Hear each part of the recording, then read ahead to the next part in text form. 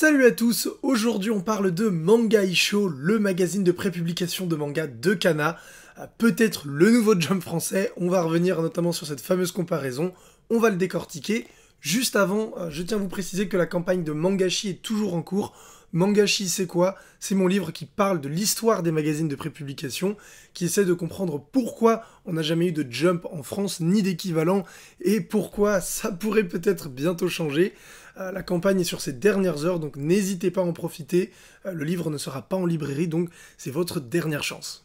Manga Isho, c'est donc le magazine de prépublication de Kana, mais pas que, puisque c'est un partenariat entre plusieurs éditeurs européens. Donc Kana pour la France et la Belgique, évidemment, mais vous avez également Altraverse pour l'Allemagne, Planeta Comics pour l'Espagne et Star Comics pour l'Italie. Voilà, donc il y a 4 gros éditeurs européens de manga notamment qui s'allient pour donner ce petit bijou. Et bah qu'est-ce que ça donne? Et bah franchement, regardez. Bon, c'est en vidéo, donc c'est pas hyper... je pense qu'il faudrait que vous l'ayez dans les mains, mais je trouve ça de très bonne facture, c'est très bien fait. Si on le compare... Alors je reviendrai sur ce côté constamment comparé, notamment au Jump, juste après dans la vidéo. Mais si on compare l'objet par rapport à un Jump, regardez. En termes d'épaisseur, franchement, on n'est pas loin. En termes de taille, c'est un tout petit peu plus petit. Mais c'est pas forcément une mauvaise chose dans le sens où c'est aussi pas mal pour le manipuler, parce que c'est vrai que le Jump, des fois, a tendance à être un peu grand. L'objet tient bien en main. Voilà, il s'ouvre bien. C'est assez qualitatif. En termes de prix, on est sur un prix de 4,90 pour le lancement, mais ce sera ensuite 6,90. Et ben franchement, je trouve ça hyper honnête, dans le sens où 6,90 c'est quoi? 6,90 c'est le prix d'un manga maintenant. Et encore, avec l'augmentation des prix du papier, il n'y a plus beaucoup de mangas qui sont à moins de 7 €. Là, vous avez 14 histoires inédites, vraiment très cool, sachant que ça fait, j'ai pas le nombre de pages exactes, mais ça doit bien faire... Ben si, voilà, ça fait son 332 pages à peu près, sachant qu'un manga à 6,90 en fait à peu près 200. Donc franchement, et qu'un manga, c'est évidemment plus petit. Donc en termes de rapport qualité-prix, de produits, etc. qui étaient créés, je trouve que Kana là-dessus, enfin les 4 éditeurs, ont fait du très bon boulot. C'est très convaincant, ça donne envie de le manipuler, même la couverture, regardez, enfin... Voilà, en tout cas, moi, la couverture, quand je la vois, je me dis « Ah, mais voilà, je suis curieux, ça me donne envie d'aller voir. » C'est très chouette.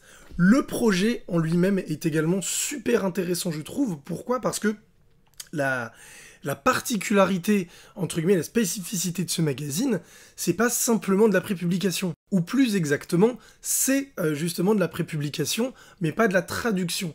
Et ça, je trouve ça super intéressant. Je m'explique. En gros, c'est tous les mangas que vous trouvez dans Manga Isho, ce sont des mangas inédits. C'est de la création. Alors, il y a un petit peu de traduction dans le sens où, oui, les mangas des auteurs italiens ont été traduits en français. Mais ce que je veux dire, c'est que c'est vraiment de la création pour ce magazine. Vous le voyez par exemple ici, Renaud Lemaire, l'auteur de Dreamland, participe. Et bien là, il participe avec un manga inédit, Mother Jack, dont il publie les premiers chapitres. Donc, il y a vraiment ce côté prépublication qui fonctionne dans le sens où c'est vraiment de la prépublication où personne avant les gens qui achètent Manga Isho n'ont lu les mangas qui se trouvent à l'intérieur. Et c'est quelque chose qui pouvait manquer, en tout cas dans le cas d'un projet de traduction du Jump, par exemple. Pourquoi nous on n'a pas le Jump à la française? Eh ben parce que, en fait, Naruto aurait déjà été traduit, enfin, ça aurait impliqué une forme de traduction, donc le manga est déjà sorti quelque part. Ce que permet de faire, à l'inverse, le numérique, je trouve, avec les applis comme Jump+, qui nous permet, par exemple, d'avoir One Piece en partenariat avec Glénamax. En papier, c'est beaucoup plus dur parce que ça nécessite un temps de fabrication d'un objet, sachant que quelques mois après, le manga, le tome relié, sort. Donc, voilà, ce côté prépublication, pour nous, en France, était plus compliqué. Là, on a vraiment notre magazine de prépublication, à la sauce même pour les Européens. Ce côté pour les Européens, je pense, est très important pour l'aspect financier, dans le sens où, financier et d'ailleurs artistique, parce que là, ça veut dire que déjà, vous n'avez pas un marché à qui vendre ce produit, mais 4 marchés différents. 5 marchés avec la Belgique. C'est déjà beaucoup, sachant qu'il y a juste les traductions, les textes, la langue des textes qui changent dedans. Et ça permet de faire quelque chose d'assez important, je trouve, financièrement et pour les auteurs, c'est-à-dire que là par exemple, je vais reprendre l'exemple de Mother Jack parce que c'est Renaud Lemaire, mais là je viens de lire Mother Jack, peut-être comme vous, qui avez lu ou allez lire en achetant Manga Isho, mais ça veut dire qu'il y a des lecteurs de 4 autres pays qui ont lu Mother Jack, sans avoir besoin de dire, voilà, Mother Jack a fonctionné en France, donc là, on va commencer à envisager de vendre les droits de la licence ailleurs. Et en fait, ce que je veux dire, c'est que ça se trouve, peut-être que en France, ça va bien marcher, peut-être qu'en Espagne, Mother Jack va pas du tout marcher, mais peut-être que par contre, en Allemagne, ça va cartonner. Et donc, je ne sais pas si c'est possible, hein, c'est un peu une hypothèse de ma part, mais ça pourrait potentiellement dire que, ça se trouve, Mother Jack ne serait peut-être pas publié en tome relié en France, mais par contre, on pourrait l'avoir, enfin les Allemands pourraient l'avoir eux en tome relié parce que ça cartonne chez eux. Et ça, je trouve ça super intéressant. Et ça permet aussi d'avoir ce côté de, pareil pour nous, Scarecrow, peut-être que Scarecrow va pas fonctionner dans son pays d'origine, mais peut-être que chez nous ça va cartonner. Et il y a ce côté, voilà, trouver un public dès le départ pour les artistes aussi, qui n'aurait pas été possible ailleurs. Et évidemment, pour les éditeurs, eh ben, ça veut dire potentiellement plus de ventes, parce que ça se trouve, Mother Jack va fonctionner dans les 5 pays d'un coup, et donc bah, il y aura l'édition pour les 5 pays d'un coup. Ce qui n'aurait pas été le cas, même si ça avait cartonné en France, où on aurait eu d'abord que la France sans passer par Mangaisho, qui est ce partenariat entre les pays. Bref, j'en ai aussi parlé dans mon livre Mangachi, justement, où j'ai pas mal développé, alors sans avoir lu bien sûr à ce moment-là, mais c'est pour ça aussi que je tenais à faire une vidéo pour apporter un peu plus d'informations que ce que j'ai pu faire dans le livre puisqu'il est déjà écrit, mais le projet avait déjà été annoncé, donc ça m'a permis un petit peu d'envisager ce projet, comment il se présente par rapport au reste des autres projets de prépublication.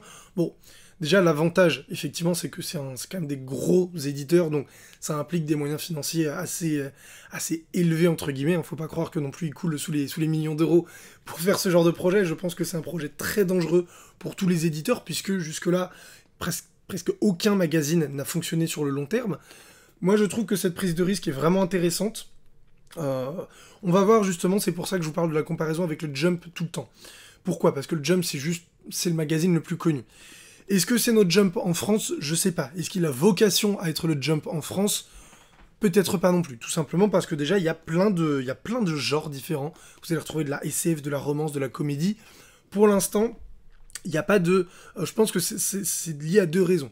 Déjà, il n'y a pas une volonté de faire comme au Japon, de segmenter tout de suite en disant « Ah non, Mangaisho, ça sera que des shonen neketsu, et si on veut faire de la romance ou des trucs un peu différents, on le fera dans un autre magazine. » Pour l'instant, il n'y a que Mangaisho.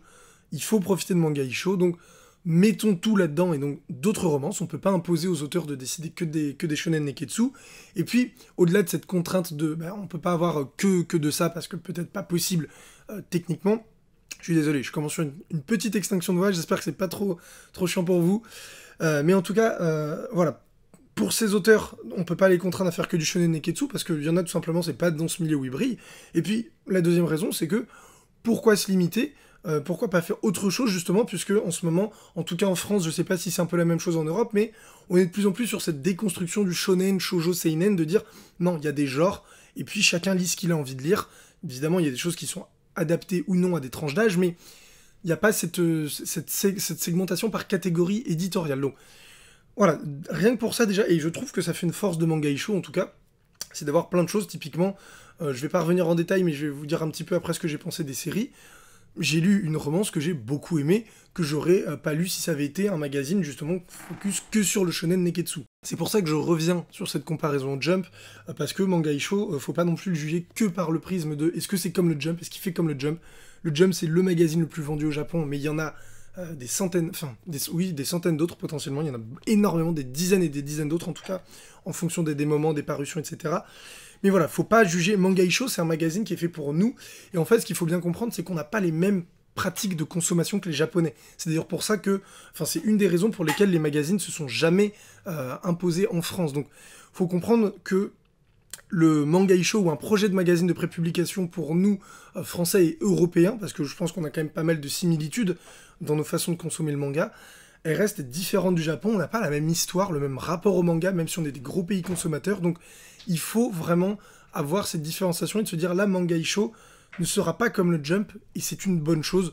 Le but, c'est qu'il nous plaise, qu'il s'adresse à nous, et pour l'instant, ça fonctionne assez bien. Et justement, par rapport au Jump, il y a un gros effet de collection sur les magazines de prépublication, notamment sur le Jump, mais là, le but de Mangaisho, c'est pas de le collectionner. Oui, dedans, là, dans ce premier numéro de Mangaisho, il n'y a aucune série que l'on connaît. c'est le but. Et c'est exactement le but du Jump à la base au Japon, avant que ça soit le magazine où il y ait Dragon Ball, One Piece ou Naruto, et que nous, occidentaux, collectionnons, parce qu'on se dit, un peu à la manière des comics où c'est le premier comics où Spider-Man sort avec Mary Jane, ou que c'est le premier pouvoir, ou c'est le premier comics où il a tel type de pouvoir, et ben il y a cet effet de collection qui arrive en France avec les magazines de prépublication, de se dire, c'est le premier magazine, enfin c'est le numéro avec le premier chapitre de Dragon Ball, donc je vais le collectionner. Là, on est sur un magazine qui est destiné pour nous, donc moi, enfin voilà, on peut les collectionner, clairement c'est un bel objet, et je suis impatient d'en avoir d'autres qui vont venir s'ajouter à la collection, et ce sera très chouette, mais le but avant tout, c'est de pas les collectionner, c'est surtout de les lire, vous pouvez retrouver à la fin, vous pouvez même donner votre avis, voilà, avec un QR code pour faire comme les magazines japonais, voter pour classer les séries, et c'est ça qui est important, c'est ces magazines, comme au Japon, ils sont pas là pour être collectionnés, ils sont là pour être lus, et ensuite pour nous permettre de soutenir les auteurs et de découvrir des mangas qui seront ensuite sérialisés, publiés en série, en recueil, et permettre à ces artistes de présenter leur nouveau travail. Alors, pour ce qui est des séries en elles-mêmes, je vais pas revenir en détail sur chacune de ces séries, parce que y a un peu de tout, il y a des chapitres 1, même des fois plusieurs chapitres de séries, puisque c'est des tout petits chapitres. Il y a aussi beaucoup de one-shot, je vous laisserai découvrir. Je vous montre, pas que ça fasse grand-chose, mais voilà. Je vous montre, vous voyez qu'il y a quand même un sommaire assez riche, 14 histoires, encore une fois. Je vous rappelle que sur les shonen, quand c'est des chapitres de 20 pages, on est à peu près à 10 chapitres, 10-11 chapitres, là on est à 14. Donc voilà, il y a vraiment de quoi faire, c'est vraiment un magazine, vous allez vous régaler, je trouve le rapport qualité-prix, encore une fois, est très cool. Donc pour ce qui est des séries, moi je vais vous partager mes petits coups de cœur. J'ai vraiment beaucoup aimé Scarecrow, très cool, de Jin Zarbo. J'ai vraiment beaucoup aimé, on est vraiment pour le coup dans un manga type shonen avec du fantastique, etc. Je trouve ça très cool, très bien dessiné. Skojin, alors là c'est des espèces de petites, comment dire, ouais, des djinns en fait, des espèces d'esprits qui sont affiliés qui sont attribués à chaque écolier, et en fait il faut les nourrir en travaillant bien, en ayant des bonnes notes, etc. Ils prennent forme, ils sont notés. Le scénario, je suis assez curieux de voir où ça va mener.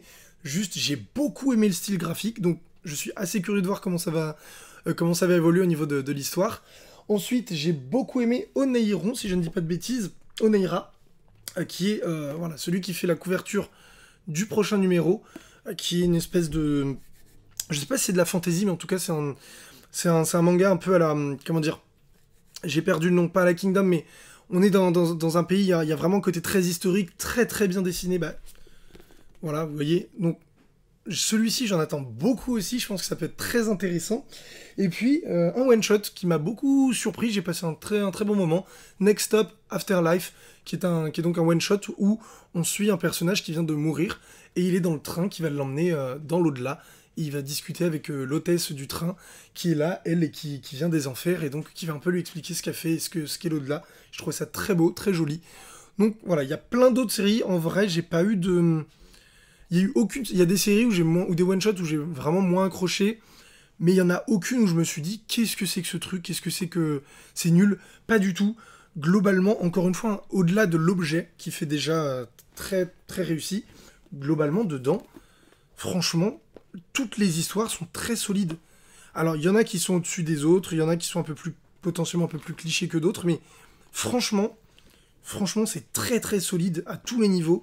Donc, achetez Manga Isho, au moins le numéro 1, pour découvrir ce que c'est, parce que franchement, d'être capable de réunir 18 auteurs au total, parce qu'il y en a 4 qui n'étaient pas dans ce premier numéro, mais on va réunir autant d'auteurs, de créateurs pour de la création inédite dans un magazine de prépublication depuis le temps qu'en France ou en Europe on n'a pas ça. Foncez, ne serait-ce que par curiosité, pour soutenir l'initiative. Ça vous plaît pas, vous verrez, mais l'idée c'est pas de soutenir les éditeurs, mais vraiment de soutenir les auteurs aussi qui sont derrière ça. Et même en vrai, il y a des humains chez les éditeurs, vous pouvez retrouver les interviews sur le compte. Et voilà, c'est aussi des passionnés qui ont voulu créer un magazine comme eux, ils pouvaient le rêver. Donc voilà, encore une fois, Manga Isho, très très content de ce premier numéro, on verra pour les prochains, mais ça démarre bien, c'est très convaincant. Si vous voulez en savoir plus sur la prépublication, je vous invite à aller sur ma page Ulule pour découvrir Mangashi, histoire de la prépublication du manga, où vous retrouverez toute l'histoire de la prépublication des mangas au Japon, mais aussi en France. Donc pourquoi en France la plupart des tentatives ont échoué, et puis une ouverture un peu sur l'avenir avec des projets comme Manga Isho, mais pas que, puisque il y a plusieurs autres projets de passionnés en ce moment sur la prépublication qui vont peut-être donner un second souffle à cette prépublication absente depuis tant d'années de la France. Merci à tous d'avoir regardé cette vidéo. On se retrouve très bientôt pour de prochaines vidéos, de prochaines reviews. Bonne journée et salut à tous.